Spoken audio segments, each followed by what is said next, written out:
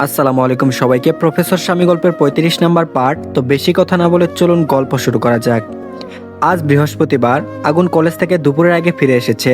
বাসায় এসে মোমকে নিয়ে নিজের আসল বাড়িতে চলে গিয়েছে। মিনা বারবার যাওয়ার জন্য তাগিদ দিয়েছেন। এতদিন যেতে পারেনি, সুযোগ ছিল না। মাঝখানে একদিন সাপ্তাহিক ছুটি পেয়েছে, তাই ভাবলো ও বাড়ি থেকে ঘুরে আসা যাক। মোম বেশ কিছুদিন ধরে যেতে যাচ্ছে। মেয়েটা সদ্য অসুস্থতা কাটিয়ে উঠেছে। আপনজনদের সহচর্য থাকলে ভালো লাগবে। আয়মানের সাথে সামনাসামনি কথা বলা দরকার। ফোন করে আনিকার বিষয়ে জানিয়েছে আগুনকে। সবকিছুর কথা ভেবে আজ মোমকে নিয়ে বেরিয়ে পড়লো নিজ বাড়ির উদ্দেশ্যে। মোমকে পেয়ে সবাই খুশিতে ফেটে পড়লো যেন। কতদিন পর মেয়েটাকে দেখছে। বাসায় থাকলে সবসময় মিনার কাছাকাছি থাকে। এই যে এখানে এসে মিনার সাথে এটা সেটা বলতে লাগলো। সোনারগাঁও কি কি করেছে, কোথায় কোথায় ঘুরেছে, কত নতুন মানুষের সাথে পরিচয় হয়েছে, রাজ্যের সকল কথা বিশ্লেষণ করতে বসে গিয়েছে। মোমের মিষ্টি কণ্ঠে তুতা পাখির মতো বলিগুলো মিনার মনকে পুলকিত করে। মেয়েটা খুব সহজ সরল, একাকিত্ব একদম পছন্দ করে না। মিনা ব্যস্ত থাকলে ময়ূরীর সাথে গল্পগুজব করতে থাকে। রাশেদ বলল, মম মা, তোমার কপালে ওটা কিসের দাগ? শ্বশুরের কণ্ঠে উদ্বিগ্নতামূলক বাক্য শুনতে পেয়ে মম চমকে উঠল। রাশেদের কথায় মিনা ময়ূরও দৃষ্টি তাক করলো মোমের কপাল বরাবর। দুপুরে লাঞ্চ করে ড্রয়িং রুমে সবাই বসে আছে। আগুন নিজের রুমে যাওয়ার আগে আইমানকে ডেকে তার রুমে যেতে বলেছে। মিনা অস্থির গলায় জিজ্ঞেস করলো, মম তোমার কপাল থেতলেছে কিভাবে? মম স্মিথ হেসে আমতা আমতা করে জবাব দিল, পরে গিয়ে ব্যথা পেয়েছিলাম মা। মিনা বেগম বলল, দেখে শুনে হাঁটবে তো নাকি? দেখেছো কতটা আঘাত পেয়েছো? মম বলল, চিন্তা করবেন না, এখন আমি ঠিক আছি। রাশেদ নরম কণ্ঠে বলল, সাবধানে চলবে, তাড়াহুড়ো করার দরকার নেই। ছোট আঘাত পেয়েছো, বেকায়দায় পরে যদি বড় রকমের অ্যাক্সিডেন্ট হয়ে যেত তখন? আমার বড় ছেলের বউ তুমি, আমার ঘরের লক্ষ্মী। তোমার ভালো মন্দ কিছু হলে এর দায়ভার আমাদের উপর পড়বে। তোমার বাবা বলবেন আমরা তোমার খেয়াল রাখতে পারছি না, সেজন্য নিজের স্বাস্থ্যের প্রতি যত্নশীল হও। মম মিহি কণ্ঠে উত্তর দিল, জি বাবা। রাশেদ মিনা রেস্ট নিতে নিজের রুমে চলে গেলেন। ড্রয়িং রুমে রয়ে গিয়েছে মম আর ময়ূরী। গালে হাত দিয়ে টিভি দেখছে ময়ূরী। মম রিমোট দিয়ে টিভি বন্ধ করে দিল। ময়ূরী প্রশ্নসূচক দৃষ্টিতে তাকাই। মম অভিমানী গলায় বলে ওঠে, আমার সাথে কথা না বলে তুমি টিভি দেখছো? তাহলে এখানে এসে কি লাভ হলো যদি আমাকে কেউ গুরুত্বই না দেয়? ময়ূরী মুচকি এসে মোমের গাল টেনে দিল। হাত বাড়িয়ে গলা জড়িয়ে ধরে বলল, কে বলেছে গুরুত্ব দেয় না? ময়ূরী মুচকি এসে মোমের গাল টেনে দিল। হাত বাড়িয়ে গলা জড়িয়ে ধরে বলল, কে বলেছে গুরুত্ব দেয় না? আমার মিষ্টি ভাবি তো আমার কাছে সবার আগে। মম মুখ কালো করে বলল, কাছে আসলে ভালোবাসা দেখাও, দূরে থাকলে কি আমার কথা মনে পড়ে? ময়ূরী বলল, অবশ্যই মনে পড়ে তোমার কথা। পড়াশোনার প্রচুর চাপ, সেজন্য প্রতিদিন ফোন দিতে পারি না। মম ঠোঁট উল্টে ধীরে গলায় জানালো, পড়াশোনার কথা আর বলো না। মাস্টারমশাই এই পড়াশোনা নিয়ে যা পেরা দেয়, মাঝে মাঝে ইচ্ছে করে যে পড়াশোনা বানিয়েছে তার কপালই ফাটিয়ে দেই। ময়ূরী খিলখিল করে হেসে উঠল। অধরে হাসি বজায় রেখে বলল, ভাইয়ার কাছে পড়ো তুমি? মম বলল, হ্যাঁ। ময়ূরী বলল, টিচার হিসেবে কেমন সে? মম বলল, ভীষণ বাজে। ময়ূরী বলল, কি করেছে আমার ভাই? মম বলল, পড়া না পারলে শুধু বকে, কালকেও বকেছে। ময়ূরী বলল, তুমি নিয়মিত পড়া দিবে তাহলে আর বকবে না। মম বলল, আমি তো পড়ি, কিন্তু মাস্টারমশাই জিজ্ঞেস করলে কিছু বলতে পারি না। ঘুরিয়ে পিছিয়ে কি সব প্রশ্ন করে, আমার সব উত্তর মাথায় গুলিয়ে যায়। উনি পচা স্যার। ময়ূরী চকচকে দন্তপাটি বের করে শব্দ করে হেসে উঠল। আর এদিকে আগুন বেডরুমের সোফায় পিছনের দিকে পিঠ ঠিকিয়ে হেলান দিয়ে বসে আছে। আইমান গিয়ে ভাইয়ের পাশে দাঁড়ালো। পাশে কারো উপস্থিতি টের পেয়ে আগুন মাথা তুলে চাই। আইমানকে দেখে সোজা হয়ে বসে গম্ভীর কণ্ঠ জিজ্ঞেস করলো, বল কি বলবি? আইমান নড়েচড়ে উঠলো। হালকা গলা পরিষ্কার করে মিহি কণ্ঠে বলে উঠলো, ব্রো, আনিকা আমাকে মেনে নিয়েছে। আমি চাই তুমি আজকেই আব্বু আম্মুর সাথে কথা বলে এঙ্গেজমেন্টের কথা জানাও। ভালো হয় যদি এক্ষুনি বলো, তাহলে বিকেলে আনিকাদের বাসায় গিয়ে আমাদের এঙ্গেজমেন্টটা সেরে ফেলতে পারবো। আগুন বলল, এত তাড়াতাড়ি সম্ভব হবে কি করে?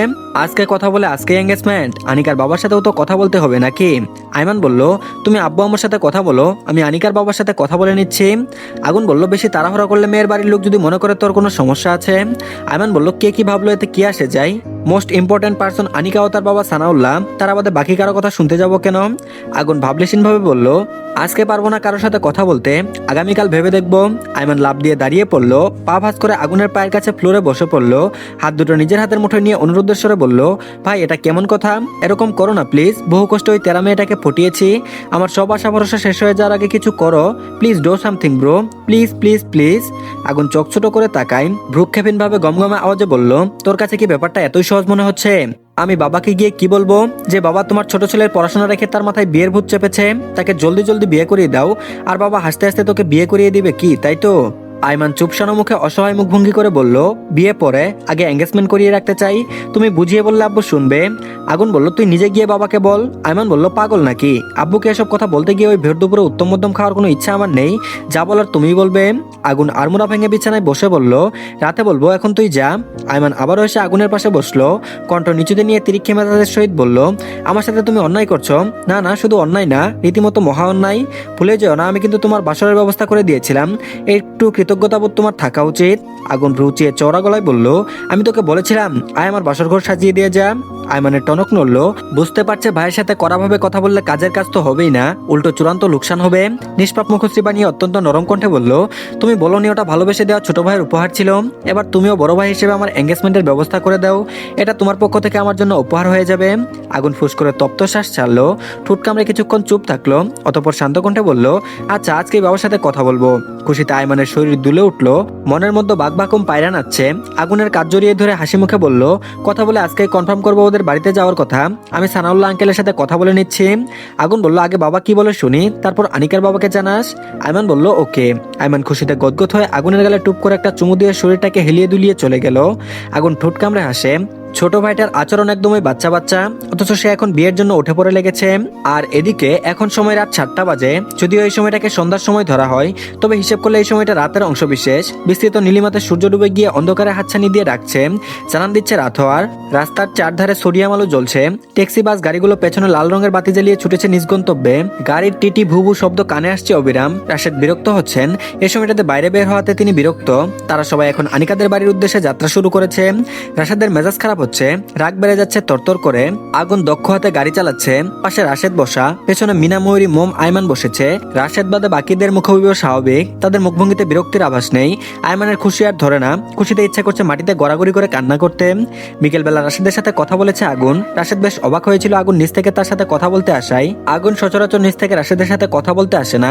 আগুনের ভাবভঙ্গি সিরিয়াস দেখে রাশেদ আগ্রহ সমেত তার কথা শুনতে চাচ্ছিলেন, কিন্তু আগুনের মুখে আয়মানের এঙ্গেজমেন্টের কথা শুনে দপ করে মস্তিষ্কে আগুন জ্বলে উঠে। চিৎকার করে আয়মানকে ডেকে বকাবকি শুরু করেন। রাশেদের চিৎকারে বাকিরা ছুটে আসে রুমে। রাশেদের চেঁচামেচিতে আয়মান তেমন কোনো প্রতিক্রিয়া দেখায়নি, নীরব দর্শকের ভূমিকা পালন করেছে। যেহেতু আগুন ওর হয়ে বাবার সাথে কথা বলেছে, সেখানে ওর চুপ থাকাটাই সঠিক বলে মনে হয়েছে। আগুন শান্ত কণ্ঠে রাশেদকে বলেছে, বর্তমানে ছেলেমেয়েরা আবেগের বশে অনেক বেবিচার খারাপ কাজে লিপ্ত হয়ে পড়ে, তারা সহজে কোনো কিছু আদায় করতে না পারলে অন্যায়ের পথ বেছে নেয়, তাদের সেই সুযোগ না দেয় ভালো। হারামভাবে ছেলেমেয়েরা ফ্যামিলির চোখের আড়ালে লুকিয়ে প্রেম করা, ঘোরাঘুরি বা মেলামেশা করার থেকে দুই নরনারীকে হালালভাবে একসাথে চলার পথ সুগম করে দিলে সবচেয়ে ভালো হবে।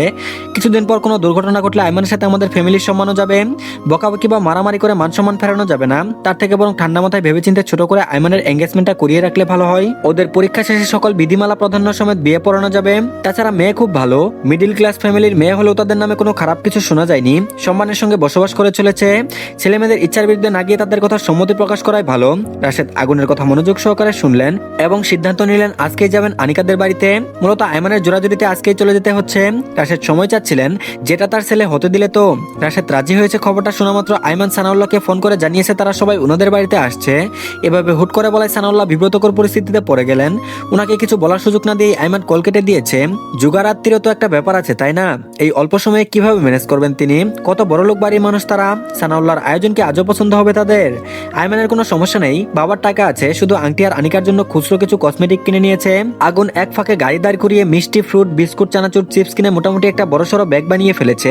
আনিকাদের বাড়িতে পৌঁছে গিয়েছে সবাই, সোফায় বসে আছে। রাশেদ মোটা ফ্রেমের চশমার আড়াল থেকে আধবুড়ো চক্ষুজোড়া ঘুরিয়ে ঘুরিয়ে বাড়িটা অবলোকন করছেন।